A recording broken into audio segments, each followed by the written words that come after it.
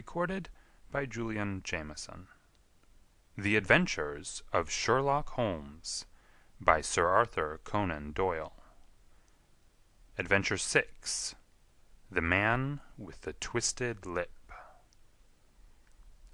Isa Whitney, brother of the late Elias Whitney, D.D., principal of the Theological College of St. George's, was much addicted to opium.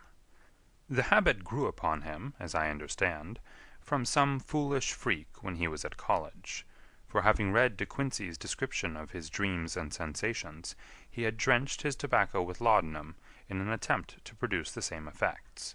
He found, as so many more have done, that the practice is easier to attain than to get rid of, and for many years he continued to be a slave to the drug, an object of mingled horror and pity to his friends and relatives. I can see him now, with yellow, pasty face, drooping lids, and pinpoint pupils, all huddled in a chair, the wreck and ruin of a noble man.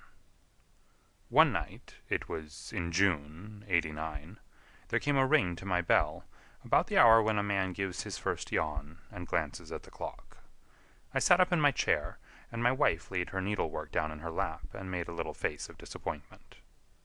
"A patient," said she. "You'll have to go out."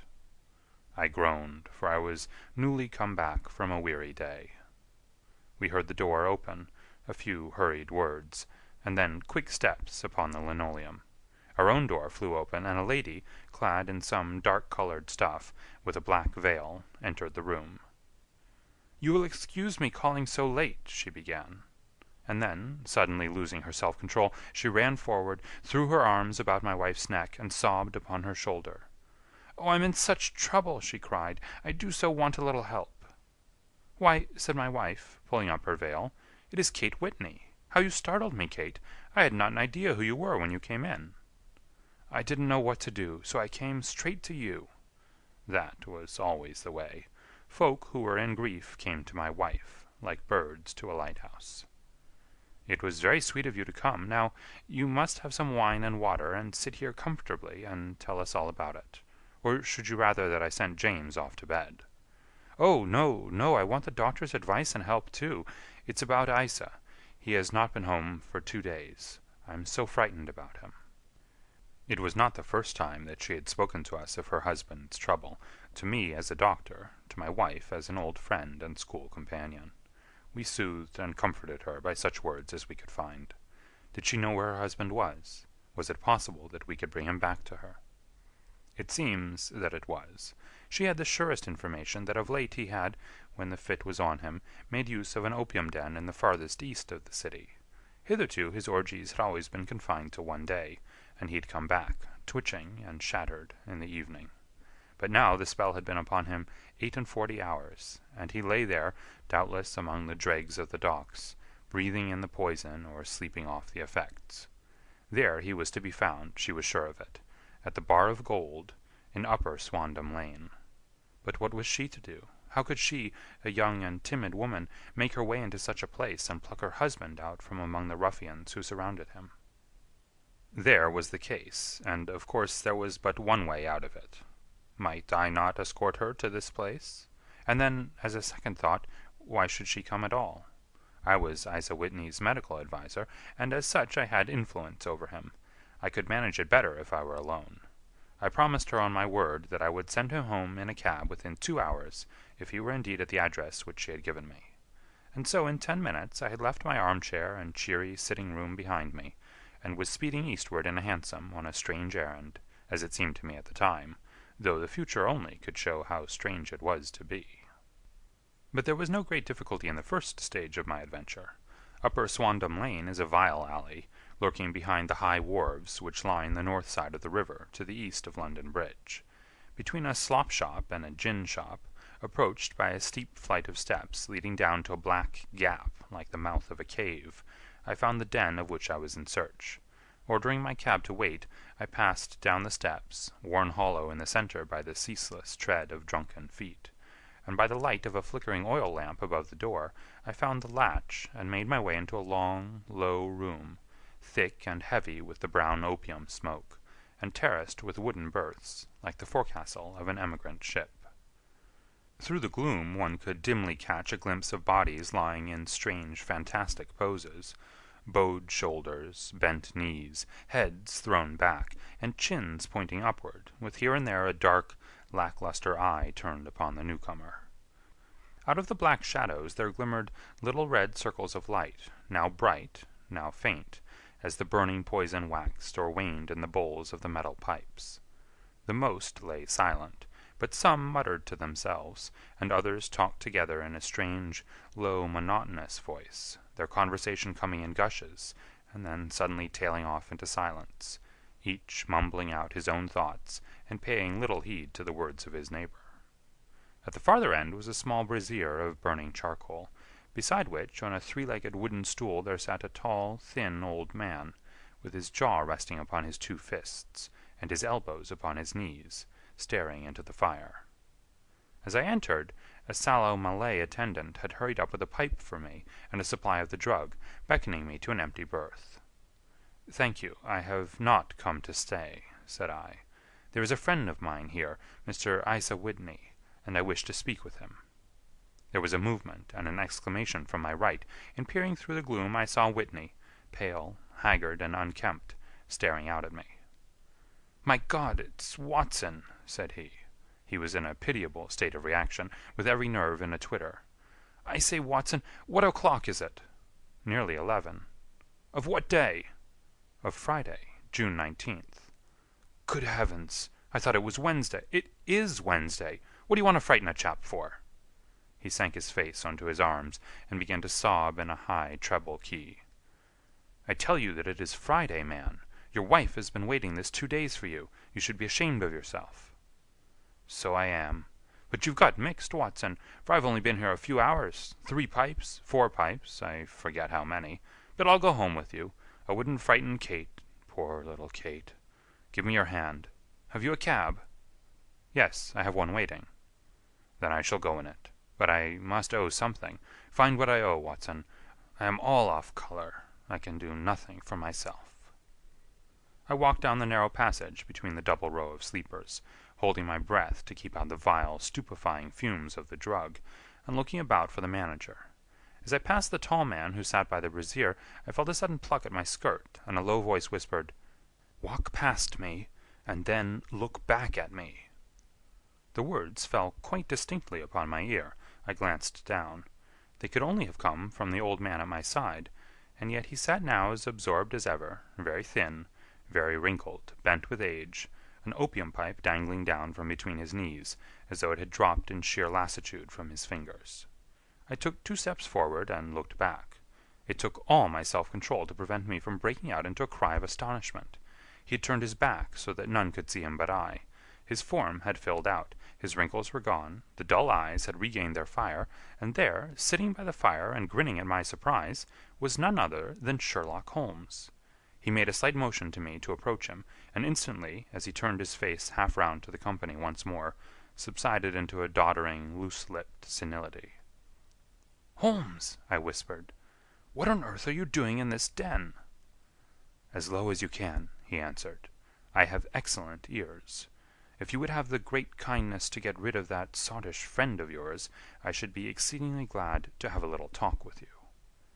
"I have a cab outside." "Then pray send him home in it. You may safely trust him, for he appears to be too limp to get into any mischief. I should recommend you also to send a note by the cabman to your wife, to say that you have thrown in your lot with me. If you will wait outside, I shall be with you in 5 minutes." It was difficult to refuse any of Sherlock Holmes' requests, for they were always so exceedingly definite, and put forward with such a quiet air of mastery. I felt, however, that when Whitney was once confined in the cab, my mission was practically accomplished, and for the rest I could not wish anything better than to be associated with my friend in one of those singular adventures which were the normal condition of his existence.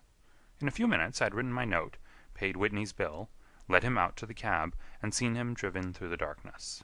In a very short time a decrepit figure had emerged from the opium den, and I was walking down the street with Sherlock Holmes. For 2 streets he shuffled along with a bent back and an uncertain foot. Then, glancing quickly round, he straightened himself out and burst into a hearty fit of laughter. "I suppose, Watson," said he, "that you imagine that I have added opium smoking to cocaine injections, and all the other little weaknesses on which you have favored me with your medical views." "I was certainly surprised to find you there." "But not more so than I to find you. I came to find a friend, and I to find an enemy." "An enemy?" "Yes, one of my natural enemies, or shall I say, my natural prey. Briefly, Watson, I am in the midst of a very remarkable inquiry, and I have hoped to find a clue in the incoherent ramblings of these sots, as I have done before now. Had I been recognized in that den, my life would not have been worth an hour's purchase, for I have used it before now for my own purposes, and the rascally Lascar who runs it has sworn to have vengeance upon me.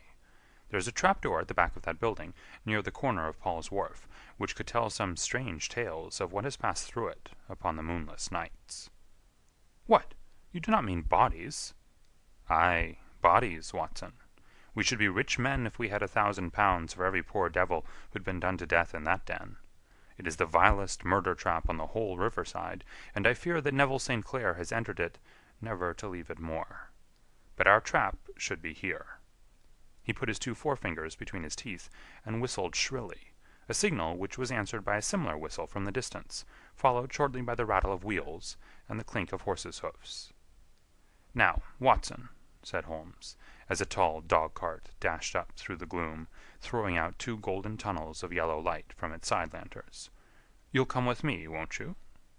"If I can be of use." "Oh, a trusty comrade is always of use, and a chronicler still more so.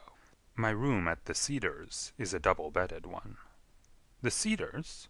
"Yes, that is Mr. St. Clair's house. I am staying there while I conduct the inquiry." "Where is it, then?" "Near Lee, in Kent. We have a 7-mile drive before us." "But I am all in the dark." "Of course you are. You'll know all about it presently. Jump up here. All right, John, we shall not need you. Here's half-a-crown. Look out for me tomorrow about 11. Give her head. So long, then." He flicked the horse with his whip, and we dashed away through the endless succession of somber and deserted streets, which widened gradually until we were flying across a broad balustraded bridge, with the murky river flowing sluggishly beneath us. Beyond lay another dull wilderness of bricks and mortar, its silence broken only by the heavy, regular footfall of the policeman, or the songs and shouts of some belated party of revellers. A dull wrack was drifting slowly across the sky, and a star or two twinkled dimly here and there through the rifts of the clouds. Holmes drove in silence, with his head sunk upon his breast, and the air of a man who is lost in thought, while I sat beside him, curious to learn what this new quest might be which seemed to tax his powers so sorely, and yet afraid to break in upon the current of his thoughts. We had driven several miles, and were beginning to get to the fringe of the belt of suburban villas, when he shook himself, shrugged his shoulders, and lit up his pipe with the air of a man who has satisfied himself that he is acting for the best. "You have a grand gift of silence, Watson," said he. "It makes you quite invaluable as a companion. Upon my word, it is a great thing for me to have someone to talk to, for my own thoughts are not over-pleasant. I was wondering what I should say to this dear little woman tonight when she meets me at the door." "You forget that I know nothing about it." "I shall just have time to tell you the facts of the case before we get to Lee. It seems absurdly simple, and yet somehow I can get nothing to go upon.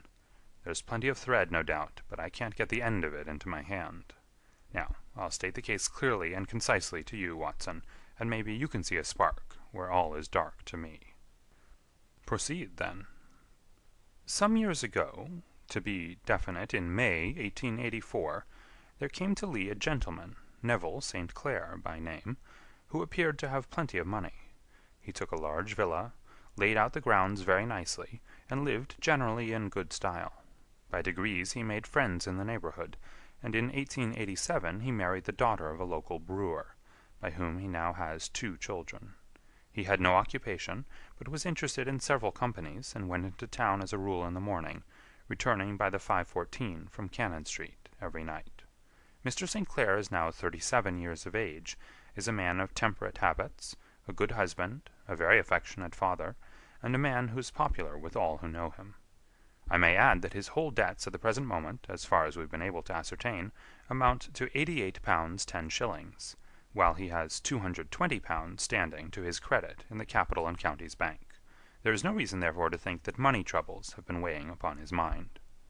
Last Monday, Mr. Neville St. Clair went into town rather earlier than usual, remarking before he started that he had 2 important commissions to perform, and that he would bring his little boy home a box of bricks. Now, by the merest chance, his wife received a telegram upon this same Monday, very shortly after his departure, to the effect that a small parcel of considerable value, which she had been expecting, was waiting for her at the offices of the Aberdeen Shipping Company. Now, if you are well up in your London, you will know that the office of the company is in Fresno Street, which branches out of Upper Swandam Lane, where you found me tonight. Mrs. St. Clair had her lunch, started for the city, did some shopping, proceeded to the company's office, got her packet, and found herself at exactly 4:35 walking through Swandam Lane on her way back to the station. Have you followed me so far? It is very clear. If you remember, Monday was an exceedingly hot day, and Mrs. St. Clair walked slowly, glancing about in the hope of seeing a cab, as she did not like the neighborhood in which she found herself. While she was walking in this way down Swandam Lane, she suddenly heard an ejaculation or cry, and was struck cold to see her husband looking down at her, and, as it seemed to her, beckoning to her from a second-floor window. The window was open, and she distinctly saw his face, which she describes as being terribly agitated. He waved his hands frantically to her, and then vanished from the window so suddenly that it seemed to her that he had been plucked back by some irresistible force from behind. One singular point, which struck her quite feminine eye, was that although he wore some dark coat, such as he had started to town in, he had on neither collar nor necktie. Convinced that something was amiss with him, she rushed down the steps, for the house was none other than the opium den in which you found me tonight, and running through the front room she attempted to ascend the stairs which led to the first floor. At the foot of the stairs, however, she met this Lascar scoundrel of whom I have spoken, who thrust her back and, aided by a Dane, who acts as assistant there, pushed her out into the street. Filled with the most maddening doubts and fears, she rushed down the lane, and by rare good fortune met in Fresno Street a number of constables with an inspector, all on their way to their beat. The inspector and 2 men accompanied her back, and in spite of the continued resistance of the proprietor, they made their way up to the room in which Mr. St. Clair had last been seen. There was no sign of him there. In fact, in the whole of that floor there was no one to be seen, save a crippled wretch of hideous aspect, who, it seems, made his home there. Both he and the Lascar stoutly swore that no one else had been in the front room during the afternoon. So determined was their denial that the inspector was staggered, and had almost come to believe that Mrs. St. Clair had been deluded, when, with a cry, she sprang at a small deal-box which lay upon the table and tore the lid from it. Out there fell a cascade of children's bricks. It was the toy which he had promised to bring home. This discovery, and the evident confusion which the cripple showed, made the inspector realize that the matter was serious. The rooms were carefully examined, and results all pointed to an abominable crime. The front room was plainly furnished as a sitting-room, and led into a small bedroom, which looked out upon the back of one of the wharves. Between the wharf and the bedroom window is a narrow strip, which is dry at low tide, but is covered at high tide with at least 4½ feet of water. The bedroom window was a broad one, and opened from below. On examination, traces of blood were to be seen upon the window-sill, and several scattered drops were visible upon the wooden floor of the bedroom. Thrust away behind a curtain, in the front room, were all the clothes of Mr. Neville St. Clair, with the exception of his coat. His boots, his socks, his hat, and his watch, all were there. There were no signs of violence upon any of these garments, and there were no other traces of Mr. Neville St. Clair. Out of the window he must apparently have gone, for no other exit could be discovered, and the ominous bloodstains upon the sill gave little promise that he could save himself by swimming, for the tide was at its very highest at the moment of the tragedy. And now as to the villains who seemed to be immediately implicated in the matter. The Lascar was known to be a man of the vilest antecedents, but as, by Mrs. St. Clair's story, he was known to have been at the foot of the stair within a very few seconds of her husband's appearance at the window, he could hardly have been more than an accessory to the crime. His defence was one of absolute ignorance, and he protested that he had no knowledge as to the doings of Hugh Boone, his lodger, and that he could not account in any way for the presence of the missing gentleman's clothes. So much for the Lascar manager. Now for this sinister cripple who lives upon the second floor of the opium den, and who was certainly the last human being whose eyes rested upon Neville St. Clair. His name is Hugh Boone, and his hideous face is one which is familiar to every man who goes much to the city. He is a professional beggar, though in order to avoid the police regulations, he pretends to a small trade in wax vestas.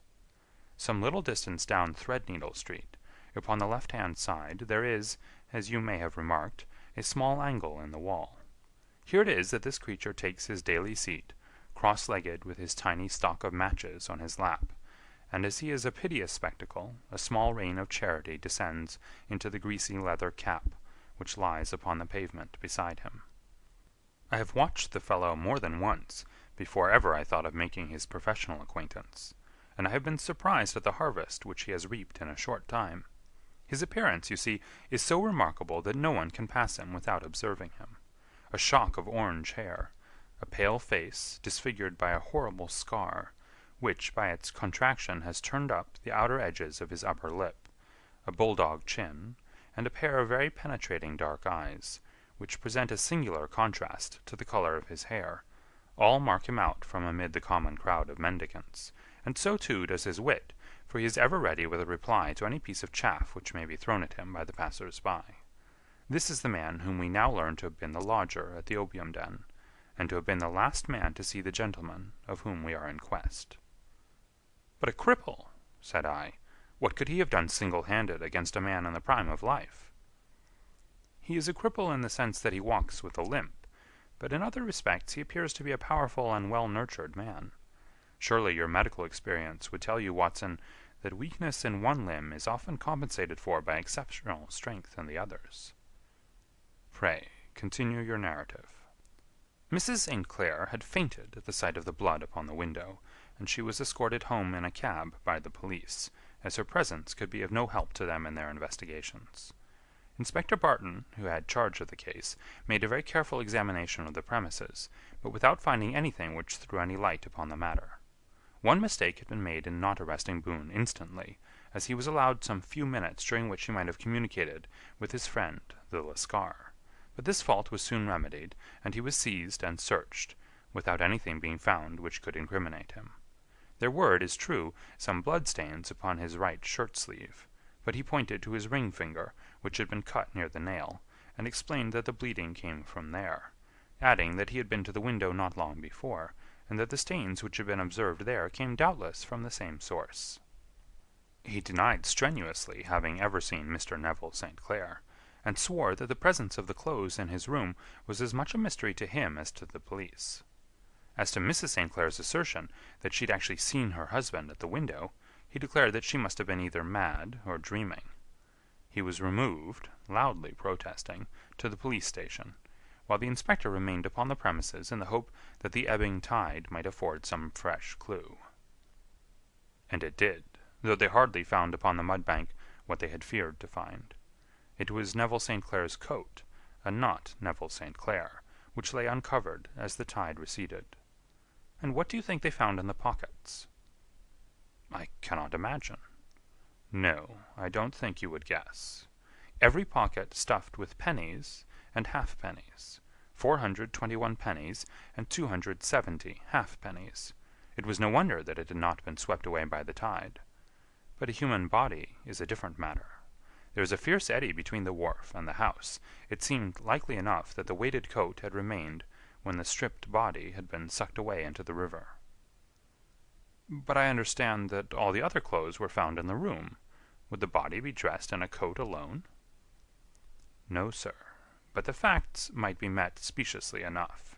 Suppose that this man Boone had thrust Neville St. Clair through the window. There's no human eye which could have seen the deed. What would he do then? It would of course instantly strike him that he must get rid of the telltale garments. He would seize the coat then, and be in the act of throwing it out, when it would occur to him that it would swim and not sink. He has little time, for he has heard the scuffle downstairs when the wife tried to force her way up, and perhaps he's already heard from his Lascar confederate that the police are hurrying up the street. There's not an instant to be lost. He rushes to some secret hoard, where he has accumulated the fruits of his beggary, and he stuffs all the coins upon which he can lay his hands into the pockets to make sure of the coat's sinking. He throws it out, and would have done the same thing with the other garments, had not he heard the rush of steps below, and only just had time to close the window when the police appeared. It certainly sounds feasible. Well, we will take it as a working hypothesis, for want of a better. Boone, as I have told you, was arrested and taken to the station, but it could not be shown that there had ever before been anything against him. He had for years been known as a professional beggar, but his life appeared to have been a very quiet and innocent one. There the matter stands at present, and the questions which have to be solved, what Neville St. Clair was doing in the opium den, what happened to him when there, where is he now, and what Hugh Boone had to do with his disappearance, are all as far from a solution as ever. I confess that I cannot recall any case within my experience which looked at the first glance so simple, and yet which presented such difficulties. While Sherlock Holmes had been detailing this singular series of events, we had been whirling through the outskirts of the great town until the last straggling houses had been left behind, and we rattled along with a country hedge upon either side of us. Just as he finished, however, we drove through 2 scattered villages, where a few lights still glimmered in the windows. "We are on the outskirts of Lee," said my companion. "We have touched on 3 English counties in our short drive, starting in Middlesex, passing over an angle of Surrey, and ending in Kent. See that light among the trees? That is the Cedars, and beside that lamp sits a woman whose anxious ears have already, I have little doubt, caught the clink of our horses' feet." "But why are you not conducting the case from Baker Street?" I asked. "Because there are many inquiries which must be made out here. Mrs. St. Clair has most kindly put 2 rooms at my disposal, and you may rest assured that she will have nothing but a welcome from my friend and colleague. I hate to meet her, Watson, when I have no news of her husband. Here we are. Whoa there! Whoa!" We had pulled up in front of a large villa, which stood within its own grounds. A stable boy had run out to the horse's head, and springing down, I followed Holmes up the small, winding gravel drive which led to the house. As we approached, the door flew open, and a little blonde woman stood in the opening, clad in some sort of light mousseline de soie, with a touch of fluffy pink chiffon at her neck and wrists. She stood with her figure outlined against the flood of light, one hand upon the door, one half raised in her eagerness, her body slightly bent, her head and face protruded, with eager eyes and parted lips, a standing question. "Well?" she cried. "Well?" And then, seeing that there were 2 of us, she gave a cry of hope, which sank into a groan as she saw that my companion shook his head and shrugged his shoulders. "No good news?" "None." "No bad?" "No." "Thank God for that. But come in, you must be weary, for you have had a long day." "This is my friend, Dr. Watson. He's been of most vital use to me in several of my cases, and a lucky chance has made it possible for me to bring him out and associate him with this investigation." "I am delighted to see you," said she, pressing my hand warmly. "You will, I am sure, forgive anything that may be wanting in our arrangements, when you consider the blow which has come so suddenly upon us." "My dear madam," said I am an old campaigner, and if I were not I can very well see that no apology is needed. If I can be of any assistance, either to you or to my friend here, I shall be indeed happy." "Now, Mr. Sherlock Holmes," said the lady, as we entered a well-lit dining-room, upon the table of which a cold supper had been laid out, "I should very much like to ask you 1 or 2 plain questions, to which I beg that you will give a plain answer." "Certainly, madam." "Do not trouble about my feelings. I am not hysterical, nor given to fainting. I simply wish to hear your real opinion." "Upon what point?" "In your heart of hearts, do you think that Neville is alive?" Sherlock Holmes seemed to be embarrassed by the question. "Frankly, now," she repeated, standing upon the rug and looking keenly down at him as he leaned back in a basket chair. "Frankly, then, madam, I do not." "You think that he is dead?" "I do." Murdered? I don't say that. Perhaps. And on what day did he meet his death? On Monday. Then perhaps, Mr. Holmes, you will be good enough to explain how it is that I have received a letter from him today. Sherlock Holmes sprang out of his chair as if he'd been galvanized. What? He roared. Yes, today. She stood smiling, holding up a little slip of paper in the air. May I see it? Certainly. He snatched it from her in his eagerness, and smoothing it out upon the table, he drew over the lamp and examined it intently. I had left my chair and was gazing at it over his shoulder. The envelope was a very coarse one, and was stamped with the Gravesend postmark, and with the date of that very day, or rather of the day before, for it was considerably after midnight. Coarse writing, murmured Holmes. Surely this is not your husband's writing, madam? No, but the enclosure is. I perceive also that whoever addressed the envelope had to go and inquire as to the address. How can you tell that? The name, you see, is in perfectly black ink, which has dried itself. The rest is of the grayish color, which shows that blotting paper has been used. If it had been written straight off, and then blotted, none would be of a deep black shade. This man has written the name, and there has then been a pause before he wrote the address, which can only mean that he was not familiar with it. It is, of course, a trifle, but there is nothing so important as trifles. Let us now see the letter. Ha! There's been an enclosure here. Yes, there was a ring, his signet ring. And you are sure that this is your husband's hand? One of his hands? One? His hand when he wrote hurriedly. It is very unlike his usual writing, and yet I know it well. Dearest, do not be frightened. All will come well. There is a huge error which it may take some little time to rectify. Wait in patience. Neville. Written in pencil upon the fly-leaf of a book, octavo size, no watermark. Posted today in Gravesend by a man with a dirty thumb. Ha! And the flap has been gummed, if I'm not very much in error, by a person who had been chewing tobacco. And you have no doubt that it is your husband's hand, madam? None. Neville wrote those words. And they were posted today at Gravesend. Well, Mrs. St. Clair, the clouds lighten, though I should not venture to say that the danger is over. But he must be alive, Mr. Holmes. Unless this is a clever forgery to put us on the wrong scent. The ring, after all, proves nothing. It may have been taken from him. No, it is his very own writing.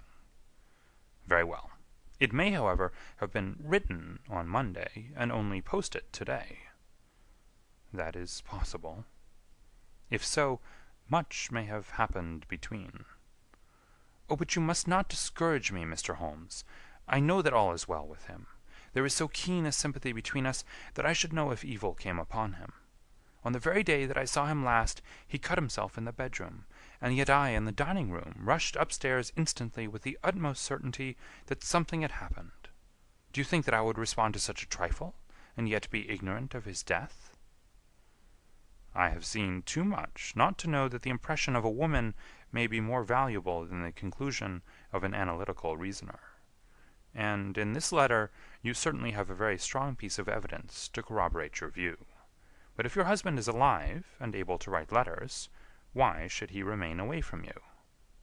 I cannot imagine. It is unthinkable. And on Monday he made no remarks before leaving you? No. And you were surprised to see him in Swandam Lane? Very much so. Was the window open? Yes. Then he might have called to you. He might. He only, as I understand, gave an inarticulate cry. Yes. A call for help, you thought? Yes. He waved his hands. But it might have been a cry of surprise. Astonishment at the unexpected sight of you might cause him to throw up his hands? It is possible. And you thought he was pulled back. He disappeared so suddenly. He might have leaped back. You did not see anyone else in the room? No, but this horrible man confessed to having been there, and the Lascar was at the foot of the stairs. Quite so. Your husband, as far as you could see, had his ordinary clothes on? But without his collar or tie. I distinctly saw his bare throat. Had he ever spoken of Swandam Lane? Never. Had he ever showed any signs of having taken opium? Never. Thank you, Mrs. St. Clair. Those are the principal points about which I wished to be absolutely clear. We shall now have a little supper, and then retire, for we may have a very busy day tomorrow. A large and comfortable double-bedded room had been placed at our disposal, and I was quickly between the sheets, for I was weary after my night of adventure. Sherlock Holmes was a man, however, who, when he had an unsolved problem upon his mind, would go for days, and even for a week, without rest, turning it over, rearranging his facts, looking at it from every point of view until he had either fathomed it or convinced himself that his data were insufficient. It was soon evident to me that he was now preparing for an all-night sitting. He took off his coat and waistcoat, put on a large blue dressing-gown, and then wandered about the room collecting pillows from his bed and cushions from the sofa and armchairs. With these he constructed a sort of Eastern divan, upon which he perched himself, cross-legged, with an ounce of shag tobacco and a box of matches laid out in front of him. In the dim light of the lamp I saw him sitting there, an old briar pipe between his lips, his eyes fixed vacantly upon the corner of the ceiling, the blue smoke curling up from him, silent, motionless, with the light shining upon his strong-set, aquiline features. So he sat as I dropped off to sleep, and so he sat when a sudden ejaculation caused me to wake up, and I found the summer sun shining into the apartment. The pipe was still between his lips, the smoke still curled upward, and the room was full of a dense tobacco haze, but nothing remained of the heap of shag which I had seen upon the previous night. "Awake, Watson?" he asked. "Yes." "Game for a morning drive?" "Certainly." "Then dress. No one is stirring yet, but I know where the stable-boy sleeps, and we shall soon have the trap out." He chuckled to himself as he spoke, his eyes twinkled, and he seemed a different man to the sombre thinker of the previous night. As I dressed I glanced at my watch. It was no wonder that no one was stirring. It was 25 minutes past 4. I'd hardly finished when Holmes returned with the news that the boy was putting in the horse. "I want to test a little theory of mine," said he, pulling on his boots. "I think, Watson, that you are now standing in the presence of one of the most absolute fools in Europe. I deserve to be kicked from here to Charing Cross, but I think I have the key of the affair now." "And where is it?" I asked, smiling. "In the bathroom," he answered. "Oh, yes, I'm not joking," he continued, seeing my look of incredulity. "I have just been there, and I have taken it out, and I have got it in this Gladstone bag. Come on, my boy, and we shall see whether it will not fit the lock." We made our way downstairs as quietly as possible, and out into the bright morning sunshine. In the road stood our horse and trap, with the half-clad stable-boy waiting at the head. We both sprang in, and away we dashed down the London road. A few country carts were stirring, bearing in vegetables to the metropolis, but the lines of villas on either side were as silent and lifeless as some city in a dream. "It has been in some points a singular case," said Holmes, flicking the horse on into a gallop. "I confess that I have been as blind as a mole, but it is better to learn wisdom late than never to learn it at all." In town, the earliest risers were just beginning to look sleepily from their windows as we drove through the streets of the Surrey side. Passing down the Waterloo Bridge Road, we crossed over the river, and dashing up Wellington Street wheeled sharply to the right, and found ourselves in Bow Street. Sherlock Holmes was well known to the force, and the two constables at the door saluted him. One of them held the horse's head, while the other led us in. "Who's on duty?" asked Holmes. "Inspector Bradstreet, sir." "Ah, Bradstreet, how are you?" A tall, stout official had come down the stone-flagged passage, in a peaked cap and frogged jacket. "I wish to have a quiet word with you, Bradstreet." "Certainly, Mr. Holmes. Step into my room here." It was a small, office-like room, with a huge ledger upon the table and a telephone projecting from the wall. The inspector sat down at his desk. "What can I do for you, Mr. Holmes?" "I called about that beggarman, Boone, the one who was charged with being concerned in the disappearance of Mr. Neville St. Clair, of Lee." "Yes, he was brought up and remanded for further inquiries." "So I heard. You have him here?" "In the cells." "Is he quiet?" "Oh, he gives no trouble. But he's a dirty scoundrel." "Dirty?" "Yes, it's all we can do to make him wash his hands, and his face is as black as a tinker's. Well, when once his case has been settled, he will have a regular prison bath, and I think if you saw him you would agree with me that he needed it." "I should like to see him very much." "Would you? That's easily done. Come this way. You can leave your bag." "No, I think that I'll take it." "Very good. Come this way, if you please." He led us down a passage, opened a barred door, passed down a winding stair, and brought us to a whitewashed corridor with a line of doors on each side. "The third on the right is his," said the inspector. "Here it is." He quietly shot back a panel in the upper part of the door and glanced through. "He's asleep," said he. "You can see him very well." We both put our eyes to the grating. The prisoner lay with his face towards us, in a very deep sleep, breathing slowly and heavily. He was a middle-sized man, coarsely clad as became his calling, with a colored shirt protruding through the rent in his tattered coat. He was, as the inspector had said, extremely dirty, but the grime which covered his face could not conceal its repulsive ugliness. A broad weal from an old scar ran right across it from eye to chin, and by its contraction had turned up one side of the upper lip, so that 3 teeth were exposed in a perpetual snarl. A shock of very bright red hair grew low over his eyes and forehead. "He's a beauty, isn't he?" said the inspector. "He certainly needs a wash," remarked Holmes. "I had an idea that he might, and I took the liberty of bringing the tools with me."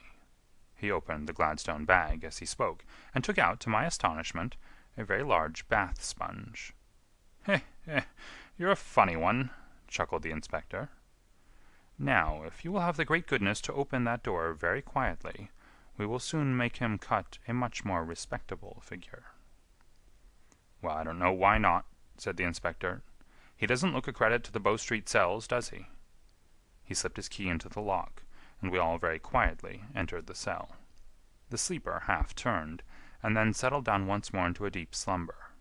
Holmes stooped to the water-jug, moistened his sponge, and then rubbed it twice vigorously across and down the prisoner's face. "Let me introduce you," he shouted, "to Mr. Neville St. Clair, of Lee, in the county of Kent." Never in my life have I seen such a sight. The man's face peeled off under the sponge like the bark from a tree. Gone was the coarse brown tint. Gone, too, was the horrid scar which had seamed it across, and the twisted lip which had given the repulsive sneer to the face. A twitch brought away the tangled red hair, and there, sitting up in his bed, was a pale, sad-faced, refined-looking man, black-haired and smooth-skinned, rubbing his eyes and staring about him with sleepy bewilderment. Then, suddenly realizing the exposure, he broke into a scream and threw himself down with his face to the pillow. "Great heavens!" cried the inspector. "It is, indeed, the missing man. I know him from the photograph." The prisoner turned with the reckless air of a man who abandons himself to his destiny. "Be it so," said he. "And pray, what am I charged with?" "With making away with Mr. Neville St. "Oh, come, you can't be charged with that unless they make a case of attempted suicide of it," said the inspector with a grin. "Well, I've been 27 years in the force, but this really takes the cake." "If I am Mr. Neville St. Clair, then it is obvious that no crime has been committed, and that therefore I am illegally detained." "No crime, but a very great error has been committed," said Holmes. "You would have done better to have trusted your wife." "It was not the wife, it was the children," groaned the prisoner. "God help me, I would not have them ashamed of their father. My God, what an exposure! What can I do?" Sherlock Holmes sat down beside him on the couch, and patted him kindly on the shoulder. "If you leave it to a court of law to clear the matter up," said he, "of course you can hardly avoid publicity. On the other hand, if you convince the police authorities that there is no possible case against you, I do not know that there is any reason that the details should find their way into the papers. Inspector Bradstreet would, I am sure, make notes upon anything which you might tell us, and submit it to the proper authorities. The case would then never go into court at all." "God bless you!" cried the prisoner, passionately. "I would have endured imprisonment, aye, even execution, rather than have left my miserable secret as a family blot to my children. You are the first who have ever heard my story. My father was a schoolmaster in Chesterfield, where I received an excellent education. I travelled in my youth, took to the stage, and finally became a reporter on an evening paper in London. One day my editor wished to have a series of articles upon begging in the metropolis, and I volunteered to supply them. There was the point from which all my adventures started. It was only by trying begging as an amateur that I could get the facts upon which to base my articles. When an actor, I had, of course, learned all the secrets of making up, and had been famous in the green room for my skill. I took advantage now of my attainments. I painted my face, and to make myself as pitiable as possible, I made a good scar, and fixed one side of my lip in a twist by the aid of a small slip of flesh-colored plaster. Then, with a red head of hair, and an appropriate dress, I took my station in the business part of the city, ostensibly as a match-seller, but really as a beggar. For 7 hours I plied my trade, and when I returned home in the evening I found to my surprise that I had received no less than 26 shillings and fourpence. I wrote my articles, and thought little more of the matter, until some time later I backed a bill for a friend, and had a writ served upon me for £25. I was at my wit's end where to get the money, but a sudden idea came to me. I begged a fortnight's grace from the creditor, asked for a holiday from my employers, and spent the time in begging in the city under my disguise. In 10 days I had the money, and had paid the debt. Well, you can imagine how hard it was to settle down to arduous work at £2 a week, when I knew that I could earn as much in a day by smearing my face with a little paint, laying my cap on the ground, and sitting still. It was a long fight between my pride and the money, but the dollars won at last, and I threw up reporting and sat day after day in the corner which I had first chosen, inspiring pity by my ghastly face, and filling my pockets with coppers. Only one man knew my secret. He was the keeper of a low den in which I used to lodge in Swandam Lane, where I could every morning emerge as a squalid beggar, and in the evenings transform myself into a well-dressed man about town. This fellow, a Lascar, was well paid by me for his rooms, so that I knew that my secret was safe in his possession. Well, very soon I found that I was saving considerable sums of money. I do not mean that any beggar in the streets of London could earn £700 a year, which is less than my average takings, but I had exceptional advantages in my power of making up, and also in a facility of repartee, which improved by practice and made me quite a recognized character in the city. All day a stream of pennies, varied by silver, poured in upon me, and it was a very bad day in which I failed to take £2. As I grew richer I grew more ambitious, took a house in the country, and eventually married, without anyone having a suspicion as to my real occupation. My dear wife knew that I had business in the city. She little knew what. Last Monday I had finished for the day, and was dressing in my room above the opium den, when I looked out of my window and saw, to my horror and astonishment, that my wife was standing in the street, with her eyes fixed full upon me.